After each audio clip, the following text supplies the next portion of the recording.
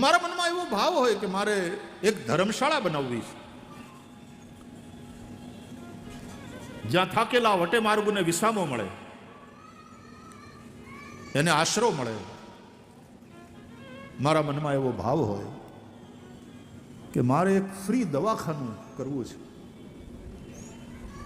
પ્રાણીઓની સેવા થતી રહે. હવે આ બધુંય કરવા માટે થઈ તો કેટલા રૂપિયા જોઈએ. મંદિર બનાવવું છે તમારે, ધર્મશાળા કરવી છે તમારે, અન્ન ક્ષેત્ર ચલાવવું છે તમારે, ફ્રી દવાખાનું તમારે ચલાવવું છે. આ બધા માટે બહુ રૂપિયા જોઈએ. પણ ઓછામાં ઓછી મહેનતે આ ચારે વસ્તુ થઈ જાય તો મંદિર પણ બની જાય, ધર્મશાળા પણ બની જાય, અન્ન ક્ષેત્ર પણ અને દવાખાનું ફ્રી. આ ચારે ચાર વસ્તુ થઈ જાય. કાં તો રૂપિયા લગાડ્યા વગર અથવા તો બહુ ઓછામાં ઓછા ખર્ચે આ ચારે વસ્તુ થઈ જાય એવો ઉપાય બતાવું તો તમારો ભાવ બહુ સારો છે, પારમાર્થિક ભાવ છે, પણ રૂપિયા નથી. ઘણા લોકો છે જે ન હોય આપણી પાસે એનાથી જ સમાજ સેવા થઈ શકે આવું વિચારીને બેઠા રહે કે ભાઈ ઘણું કરવું છે સમાજ માટે, ઘણું કરવું છે ભાઈ, પણ રૂપિયા નથી. ભગવાને અમને દીધા હોત ને તો આમ આમ કરી દેખાડત. કેવું ના પડે, ખૂબ રૂપિયા વાપરો. એમ માની બેઠો છે કે રૂપિયા હોય તો જ સેવા થાય.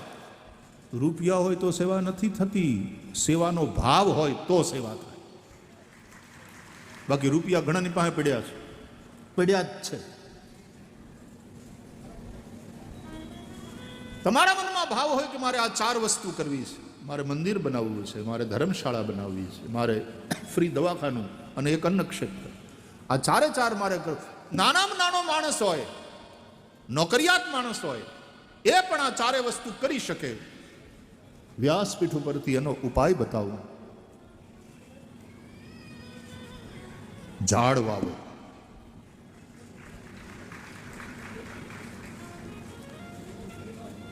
તમે એક ઝાડ વાવ્યું, તમે એક મંદિર બનાવ્યું. આરસ પાણના બનાવેલા મંદિરની અંદર મુરલી મનોહર મુરલી વગાડે, પણ એ ક્યાં સુધી મંદિરમાં ક્યાં સુધી બંધ રહેશે? એને બહાર નીકળવાનું મન ન થાય. એ તો ગોવાળીઓ છે, એને ગાયું લઈને ચારવા જવાનું મન ન થાય. તમે તમારા ઘરમાં આખો દી બંધ નથી રહી શકતા. તમારા જ ઘરમાં ને એમાં પાછા એક જ સોફા ઉપર ને તમને એમ કહેવામાં આવે અહીંયા જ બેઠું રહેવાનું છે, ઉઠવાનું નથી. માગશો એ બધું આવી જશે, ચા કોફી ઠંડુ તમારે જે જોઈ, જમવાનું એ તમને અહીંયા આવી જશે. ગરમી નહીં લાગવા દઈએ, એર કન્ડિશન ચાલુ છે. તમને લોકો મળવા આવી જશે, તમારે ક્યાંય બહાર જવાનું નથી. અને આ ડ્રોઈંગ રૂમમાં છો તો આ સોફા ઉપર જ, અહીંથી ઊભું થવાનું નથી. ગમે એટલો મોટો બંગલો બનાવીને એમાં એર કન્ડિશન ડ્રોઈંગ રૂમમાં હારામાં હારા સોફા ઉપર, જેવો સોફો આખા બંગલામાં બીજો ન હોય એવો ભવ્ય સોફો, અને એના ઉપર તમને પ્રતિષ્ઠિત કરવામાં આવે પણ તમને હલવા દેવામાં ના આવે, ત્યાંથી બહાર નીકળવા દેવામાં ના આવે. ક્યાં સુધી એન્જોય કરશો? કેટલા ફોટા પડાવશો?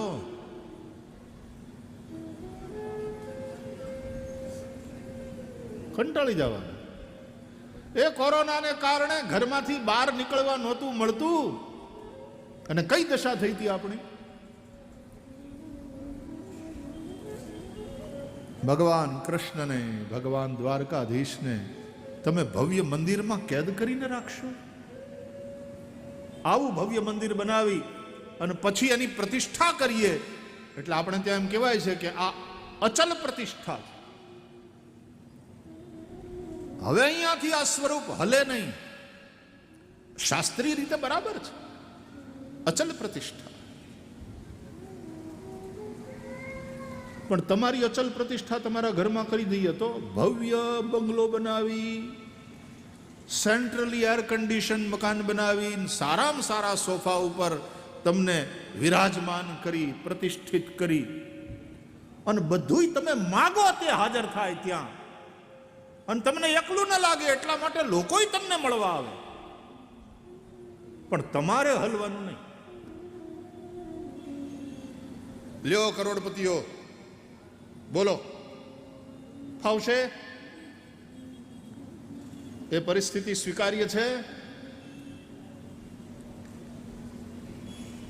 નહીં, બહાર તો નીકળવું પડે. એટલે પછી આપણા હાસ્યકારોને કહે ને કે ઓલા લોકડાઉનના સમયમાં બહાર નીકળવા મળતું નહોતું, પછી એમાં ઓલો રેંકડી વાળો, શાકભાજી વાળો, લારી વાળો, એને છૂટ હતી ને, આવશ્યક સેવાઓમાં આવતા હતા. તો એ રેંકડી વાળો શાકભાજી વેચવા નીકળ્યો ને, તો આવડો ઘરમાં બેઠો બેઠો કંટાળેલો, એટલે બહાર નીકળીને ઓલા રેંકડી વાળાને કે અહીંયા તો એક કામ કર, તું મારા ઘરમાં કલાક બે, હું તને 500 રૂપિયા આપીશ, એર કન્ડિશન આરામથી બે, એસી ચાલુ છે, તારે ઠંડુ પીવું હોય તો ઠંડુ પી, ચા લેવી હોય તો ચા લે, રેંકડી મને 1 કલાક આંટો મારી લો. બોલો, બહાર નીકળવાની આટલી લલક. અને તું મારામાં ભરોસો રાખ, હું આની અંદર, અને કાંઈ નહીં વેચાય તો હું ખિસ્સામાંથી આપીશ તને, મારા ખિસ્સામાંથી આપીશ, અને વેચાય તું મને કહી દે આની બધાની કિંમત શું છે, હું કલાક આંટો મારીને તારા બદલે હું કામ કરું, અને એના ઉલટાના હું તને પૈસા આપું, તું મારે ઘેર બેસ. તા ઓલો દાંત કાઢતો કાઢતો કે ભાઈ, મેં 1000 રૂપિયામાં કલાક નક્કી કર્યો છે, ઓલો મારે ઘેર બેઠો છે.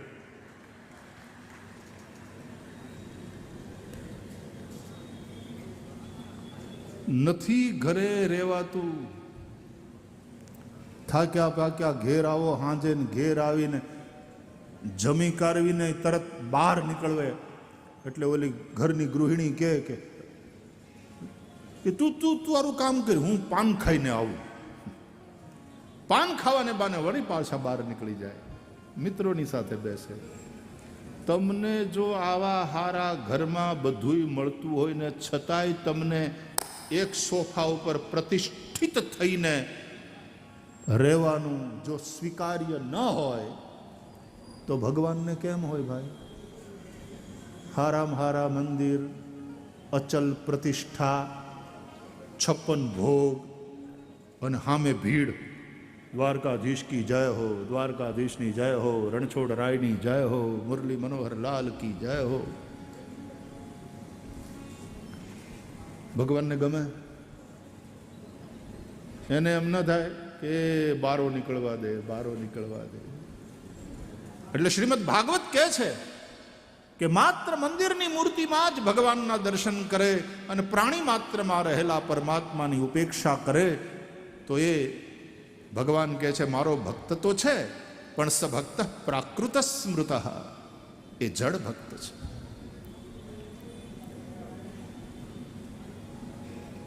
ઈશ્વરને પણ રમવાનું મન થાય છે.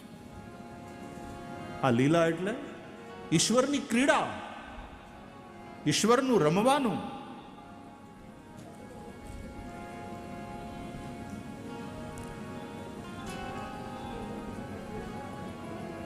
એને બહાર નીકળવું છે, એને ગાયો ચારવા જવું છે, એને ગરીબને ઝૂંપડે પહોંચવું છે. અને પછી બારો નીકળે ત્યારે કોઈક બંસી ભટ્ટ એને જોઈએ, જેની નીચે ઉભો રહી પગની આંટી મારી અને એ વેણું વગાડી શકે. ભાગવતમાં એ વર્ણન આપણે 10મ સ્કંદમાં સાંભળીએ છીએ. બરહા પીડમ નટવર વપુઃ કર્ણયો કર્ણિકારમ બિભ્રદ્વાસ કનક કપિશમ વૈજયંતીમ ચમાલામ રંધ્રાન વેણોરધર સુધયા પૂરયન ગોપવૃંદૈઃ વૃંદારણ્યમ સ્વપદરમણમ પ્રાવિશદ ગીત કીર્તિ.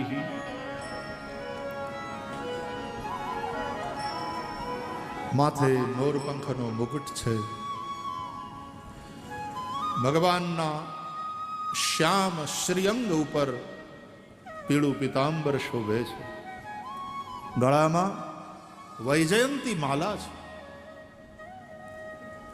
કાનમાં કણેરનું ફૂલ, અધરાર્પિત વેણું અને કોમલ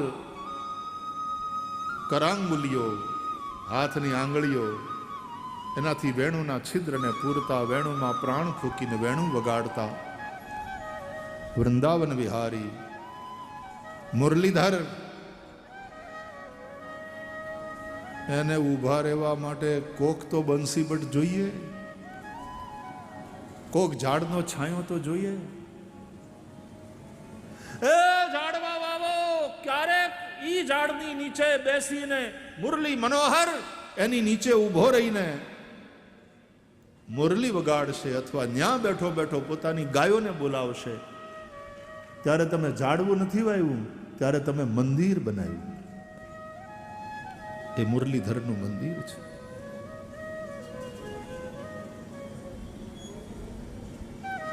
તમે એક ઝાડ વાવ્યું,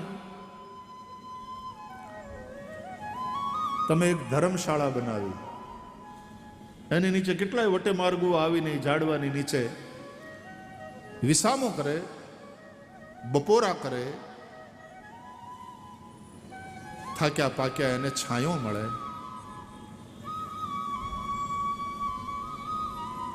કેટલાય બીજા પ્રાણીઓ આ સમયમાં જાણે ભેહું બહુ રાખી હોય તો જોજો, ભેહું બચાડી ક્યાંક ને ક્યાંક ઝાડના છાયા જ ગોતતી હોય, કારણ કે એનું કાળું શરીર એટલું તપે, તડકો સહન ન થાય બિચારા પ્રાણીઓથી. એ છાંયો ગોતે. છાંયો ઓછો હોય ને ભેહું જાજી હોય તો હાકડ મુકડ ઊભી હોય, હાવ અડી અડીને, પણ એને છાંયો જોઈએ. તમે ધર્મશાળા બનાવી, તમે ગૌશાળા બનાવી, એની નીચે ગાયો આવીને ઊભી રહેશે.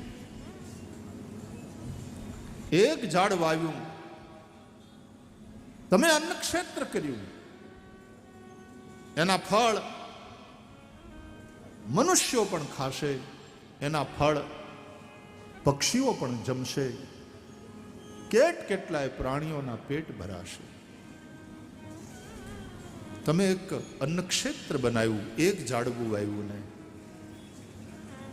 અરે તમે એક ઝાડવું વાવ્યું ને તમે ફ્રી દવાખાનું બનાવ્યું, કારણ કે નાસ્તિ મૂલમ અનૌષધમ. કોઈ વનસ્પતિ એવી નથી જે ઔષધિ ન હોય.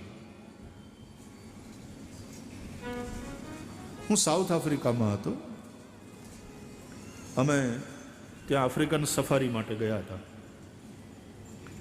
તો રેન્જર જે હતો ને બધું સમજાવતો જતો હતો, એમાં હાથીનું ટોળું જોયું અમે. હવે ત્યાં તમે જોવા જાઓ ને એમાં મજાની વાત કે આપણે બધા હાલતા ચાલતા પાંજરામાં કેદ હોઈએ, અને સિંહ ને દીપડા ને બધા આમ ફ્રી આંટા મારતા હોય, અને આપણે પાછા કેદ થઈને એને જોવા જઈએ પૈસા ખર્ચી. અહીંયા તમે ઝૂમાં જાઓ ને તો ઈ પાંજરામાં કેદ હોય, આપણે બહાર હોઈએ, પણ તમે સફારીમાં જાઓ તો તમે અંદર હો. પછી ભલે આમ હવે તો ખુલ્લી જીપને અંતર બધું હોય છે, પણ બહાર નીકળાય નહીં. બહુ ઊભા થવાની ના પાડે ઓલા ડ્રાઈવરને, એ જે હારે આવ્યા હોય ને, કે બહુ હલતા નહીં. તો હાવજની બાજુ બેઠા હોય, હાવજ ઘણી વાર ઉપર ચડી જાય. એમાં હાથીનું ટોળું જોયું ને તો એક હાથી થોડો આમ શિથિલ, અને એ અમુક વનસ્પતિના પાંદડા ખાતો હતો. એટલે ઓલો ગાડીવાળો રેન્જર હતો ને, એ જે ડ્રાઇવિંગ પણ કરતો હતો, એ કે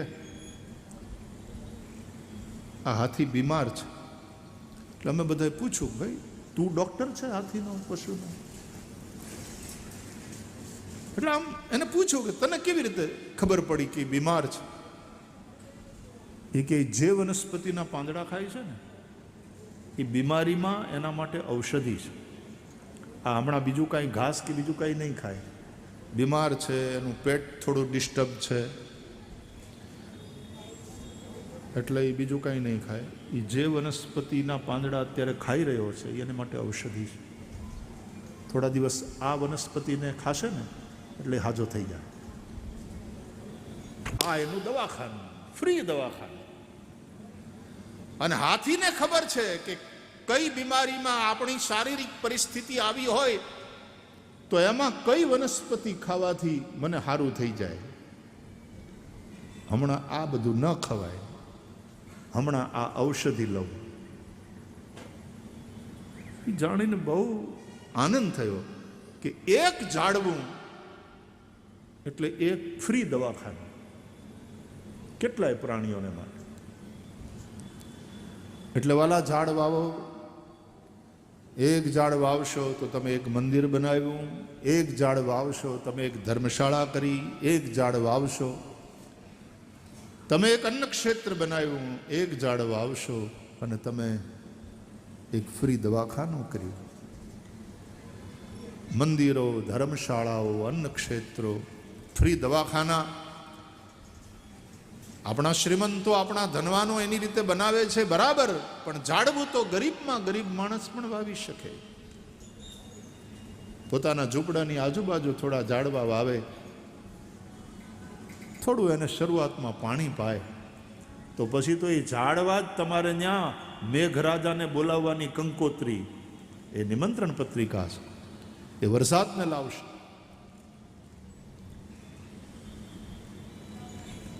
આપણી રાષ્ટ્રીય વન નીતિ અનુસાર, બાપુ જો હું મને યાદ હોય તો રાષ્ટ્રીય વન નીતિ અનુસાર કોઈ પણ રાજ્યના 33% ભૂમિમાં જંગલ હોવું જોઈએ,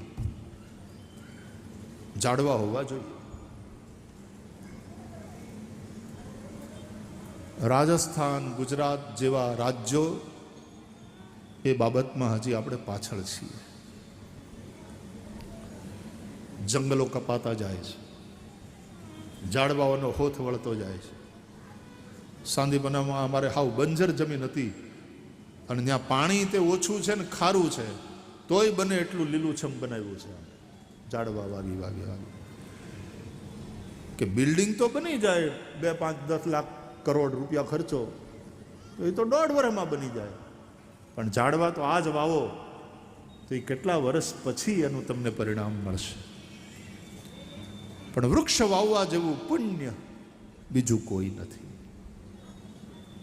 ધરતી માતાનો શણગાર તમે કરો છો ઝાડવા વાવી વાવી. તો ગ્લોબલ વોર્મિંગ વધતું જાય છે, ખૂબ તપે છે. એપ્રિલ હોટ એકદમ પુરવાર થયો છે અને હજી મે અને જૂન બાકી છે, પણ કર્યા ભોગવવાના છે. ફરિયાદ કરવાનો આપણને અધિકારય નથી. પણ એનો બીજો પક્ષ એ છે કે જેટલા તપે છે સૂરજ નારાયણ, તો આ હવામાન ખાતાના લોકો એમ કહે છે કે ચોમાસું સારું જશે, 95% વર્ષા થશે. અને પછી આપણે છાપાના મિત્રો હેડિંગ છાપાની લખશે ચિકાર વર્ષા, કુદરતની મહેર, કાચું સોનું વરસી રહ્યું છે ઇત્યાદિ. અને પછી પ્રિન્ટ મીડિયામાં અને ઇલેક્ટ્રોનિક મીડિયામાં જે સમાચાર મળે એમાં ગયા વર્ષે જ ને જામનગરવાળાને એવી ચિકાર વર્ષાનો અનુભવ થયો.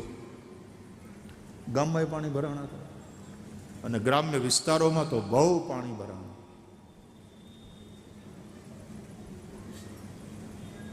પ્રકૃતિનું ચક્ર જ્યારે ડિસ્ટર્બ થાય છે ત્યારે શું થાય? પછી અતિ ગરમી, અતિ વર્ષા, અતિ ઠંડી, બધું અતિ થઈ જાય. આપણે ત્યાં એમ કે અતિ ભલો બરસનો, અતિ ભલી ન ધૂપ, અતિ ભલો ન બોલનો, અતિ ભલી ન ચૂપ, અતિ ભલો ન બરસનો. વરસાદ જોઈએ પણ લીલો દુકાળ પડે બહુ નુકસાન કરે એવો નહીં. બહુ પ્રતીક્ષા પછી વરસાદ પડે. મને ખબર છે ગામડામાં આપણા વડીલો એમ કહેતા રાજી થઈને કે વરહ મહારાજ વરહ, બહુ રાજી થતા. એ મહારાજની મહેર વરસે છે. સૂકી તપેલી ધરતીને કેવી શાતા વળે. જગતાત ખેડૂત કેવો રાજી થઈને કામે વળગે. અને પછી લીલાછમ ખેતરોમાં મોલ લહેરાતો હોય એ જોઈને એ ખેડૂને તો રાજીપો થાય જ. આપણે સડક ઉપર મોટરમાં જતા હોઈએ ને તો એ લીલાછમ ખેતરો જોઈને આપણી આંખી ઠરે.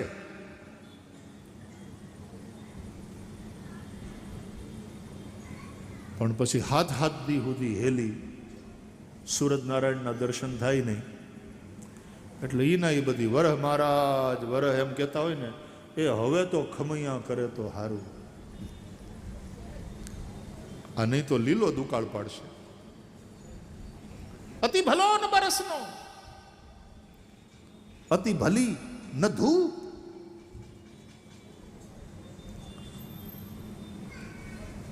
સરોવરના પાણી સુકાઈ જાય ને સરોવરના તળિયાની એ જમીન એમાં મોટી મોટી તિરાડો પડી જાય. દુકાળની અથવા તો પાણીના અભાવની વાત આવે ને એટલે આ પિક્ચર જ છપાય. ફૂંકાયેલી ધરતીમાં પડેલી તિરાડો વાળી, અન્યાય ખાલી ઘડો લઈને બેઠેલી કોઈ બેન અને તડક્યામાં આમ જોતી હોય નેજવું કરીને. એવું પિક્ચર કેટલું બધું ઇફેક્ટિવ લાગે જ્યારે દુકાળની વાત કરતા હોઈએ ત્યારે, પાણીના અભાવની વાત કરતા હોઈએ ત્યારે. અતિ ભલી ન ધૂપ, અતિ ભલો ન બોલનો. બોલવામાં અતિ થાય એ પણ બરાબર નહીં. કથા આપણને હારી લાગે પણ 1 વાગે પછી પૂરું. કૃષ્ણ જન્મ હોય એટલે આપણને ઉત્સુકતા રહે તો થોડીક કદાચ આગળ જાય, પણ પછી નંદ ઘેરાનંદ ભયો થાય એટલે પૂરું. 24 કલાક અમે બોલતા રહીએ તો તમારામાંથી કેટલા બેહે? અને આમ 12 મહિના માંડવો બાંધેલો રહે તો હાથ દી પછી તો હકુભા પણ કામે લાગી જાય. સવારના આવી અમને ચાંદલો કરી, પોથી પૂજન કરી, પોથીની આરતી ઉતારી, આશીર્વાદ લઈને કે લ્યો તમે હલાવો, હું જરા મારા મતક્ષેત્રમાં આંટો મારી આવું, તમે તમારું કામ કરો, હું મારું કામ કરું. એમ કરીને અતિ ભલો ન બોલનો और अति भली न चूप. जहां बोलवानी जरूर हो त्या मानस मूंगो रहे वो भी ठीक नहीं है. जहां मौन रहना जरूरी हो वहां बकबक करता रहे, बकवास, वो भी ठीक नहीं है. એટલે આપણે ગુજરાતી વડીલોએ 2 કહેવત રાખી, બોલે એના બોર વેચાય અને ન બોલ્યામ 9 ગુણ. બંને કહેવતો છે. ક્યાં બોલવું અને ક્યાં ચૂપ રહેવું એનો વિવેક માણસ પાસે હોવો જોઈએ. કુરુક્ષેત્રના રણાંગણમાં યુદ્ધ માટે સામ સામે કૌરવ અને પાંડવોની સેના ખડકાઈ ગઈ છે.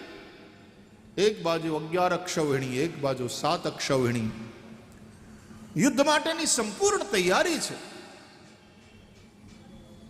શંખ ફૂંકાઈ ચૂક્યા છે. એ યુદ્ધનું એલાન છે. પાંચજન્યમ ઋષિકેશો દેવદત્તમ ધનંજય. ઋષિકેશ શ્રી કૃષ્ણને પાંચજન્ય શંખ ફૂંકા. और फिर देवदत्त नाम का अपना शंख बजाया धनंजय अर्जुन ने, फिर भीमसेन ने, युधिष्ठिर ने, नकुल सहदेव ने और सारे योद्धाओं ने अपने अपने शंख बजाए।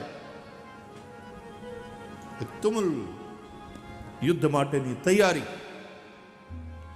અને પછી અર્જુન વીરને શોભે એમ આમ ગાંડિયું લઈ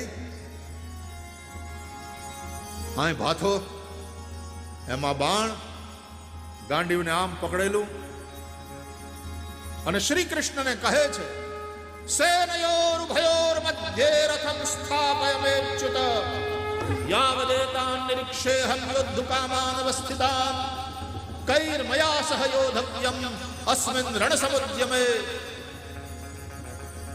હે કૃષ્ણ, મારા રથને લઈ જાઓ, બંને સેનાઓની વચ્ચે ઉભો રાખો. મારે જોવું છે આ સેના, આ યુદ્ધમાં મારે કોની સાથે લડવાનું છે. પરિસ્થિતિને પહેલા જોઈ લેવી જોઈએ, નિરખી લેવી જોઈએ. કોની સામે લડવાનું છે, કોની તાકાત શું છે, કોનું સામર્થ્ય શું છે, કોની વિશેષતા શું છે. યુદ્ધ પહેલા આ બધી વસ્તુ સમજી લેવી જોઈએ. એ તમને ચૂંટણી વાળાઓને મારે સમજાવવાની જરૂર નહીં. એ પણ એક યુદ્ધ જ છે. તો પ્રતિપક્ષીની તાકાત શું છે, એની નબળાઈઓ શું છે, એને કોના કોના ટેકા છે, એની ભેગા કોણ કોણ છે, એનું સામર્થ્ય શું છે, આપણા સ્ટ્રેન્થ અને વીકનેસીસ શું છે, આ બધાનો વિચાર કરીને માણસે યુદ્ધની સ્ટ્રેટેજી નક્કી કરવાની હોય છે. કૃષ્ણ ભગવાન અર્જુનના રથને બે સેનાની વચ્ચે લઈ જઈ ઊભો કરે અને અર્જુન આમ ઊભો રહીને વીરની જેમ દ્રષ્ટિ કરે પ્રતિપક્ષની સેનામાં. જોયું આચાર્યાન માતુલાન ભ્રાતૃન પુત્રાન પૌત્રાન સખિંસ તથા. આચાર્યો, કૃપાચાર્ય, દ્રોણાચાર્ય, જેની પાસે ભણ્યા છે, જેનાથી આ ધનુર્વિદ્યા શીખ્યા છે અર્જુન ને પાંડવો. માતુલાન, મામો શલ્ય પણ ન્યા છે સામે પક્ષ, માદ્રીનો ભાઈ.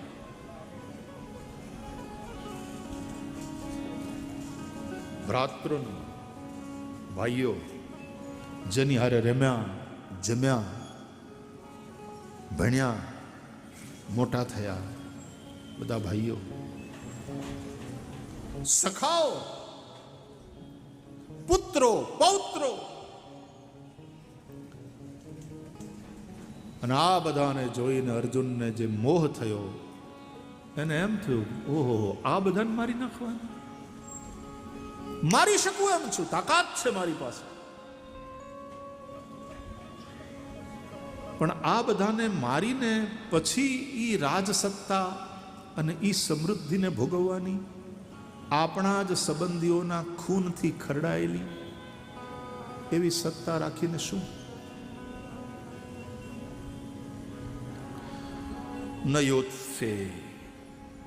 નયોત્સ્ય મતલબ હું યુદ્ધ નહીં કરું.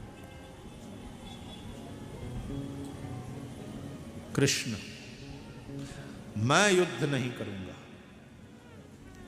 ભગવદ્ ગીતાના પહેલા અધ્યાયમાં તમે આખો પહેલો અધ્યાય અર્જુનનું પ્રવચન છે, સાંભળો. તો અર્જુન જે બોલે છે એ આપણને ઉપર છલ્લી દ્રષ્ટિએ જોઈએ તો આપણને માન થાય એવું બોલે છે. આપણને એમ થાય કેટલો સમજદાર છે,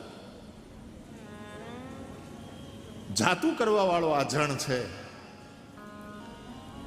કહે છે કે આ બધાને મારીને મને ત્રિલોકનું રાજ્ય મળે તોય ખપે નહીં, તો હસ્તિનાપુરના રાજ્ય માટે તો આ બધાને હું કામ મારું? એના કરતા તો સાધુ થઈ જાઉં, 5 ઘરની ભિક્ષા માગીને પેટનો નિર્વાહ કરી લઉં, એ યોગ્ય રહેશે.